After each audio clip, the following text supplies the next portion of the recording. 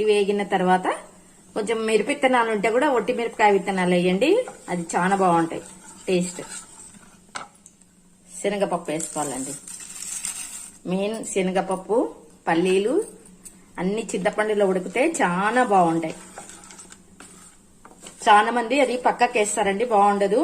అన్ని చింతపండులో ఉడికితే కారము, ఉప్పు అన్ని చింతపండుకు పడుతుంది. మనకి పల్లీలకు, శనగపప్పుకు పడితే చాలా బాగుంటాయి అన్నమాట.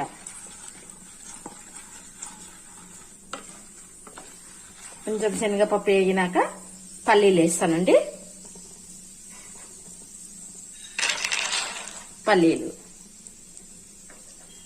ఈ గ్లాస్ పల్లీలు తీసుకున్నానండి. ఈ కప్పు శనగపప్పు తీసుకున్నా, కొంచెం సగానికి తక్కువ, కొంచెం తక్కువ శనగపప్పుకి తీసుకున్నాను. ఆ కప్పుకి తక్కువ